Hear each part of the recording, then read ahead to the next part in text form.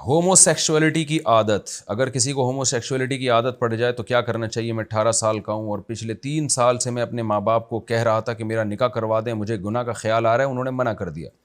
پہلے میں نے فوج فلمیں دیکھیں، پھر ہینڈ پریکٹس کی، اور پھر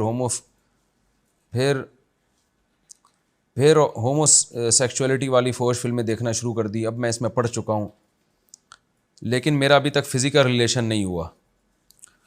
دیکھو اللہ نے آپ کو بچایا، خدا کے بندے اپنی جان پہ رحم کھاؤ۔ یہ ہومو سیکشولیٹی میں ایک دفعہ پڑ گئے نا، بڈھے ہو کے بھی نہیں چھوٹتی یہ بیماری، اتنا ذلیل ہو جاتا ہے انسان، جانوروں سے بدتر ذلیل ذلت والی زندگی گزارتا ہے۔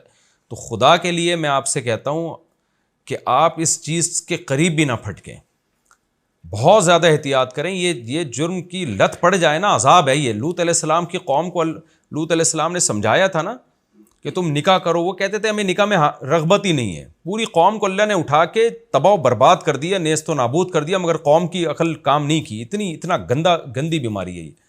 تو آپ کے ماں باپ کو بھی چاہیے کہ آپ کی نکاح کا بندوبست کریں۔ نہیں ہوتا بیٹا، آپ کماؤ، کچھ کرو اور پھر نکاح کرو، اپنا کچھ جاب تلاش کرو اس نیت سے، یا کوئی کاروبار کرو، فری لانسنگ وغیرہ کا کوئی کام کر لو تاکہ میں کچھ پیسے کماؤں اور میں نکاح کروں۔ تو خدا کے لیے اپنے آپ کو اس لعنت سے بچائیں۔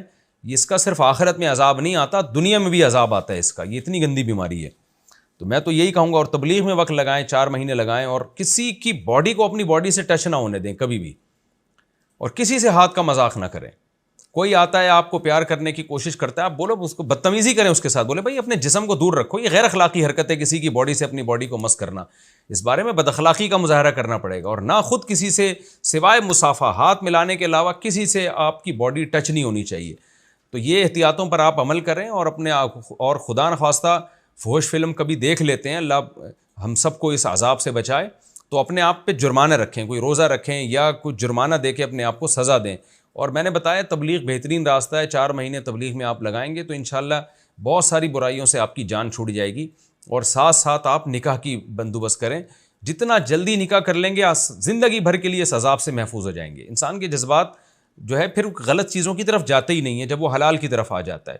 تو آپ اس نیت سے کمانا شروع کریں، کوئی بزنس کریں اپنا، تاکہ میں جلد سے جلد نکاح کر سکوں۔ جب آپ کی ارننگ ہو جائے تو پھر ماں باپ اگر منع بھی کرتے ہیں تو شرعاً ماں باپ کی بات ماننا پر لازم نہیں ہے۔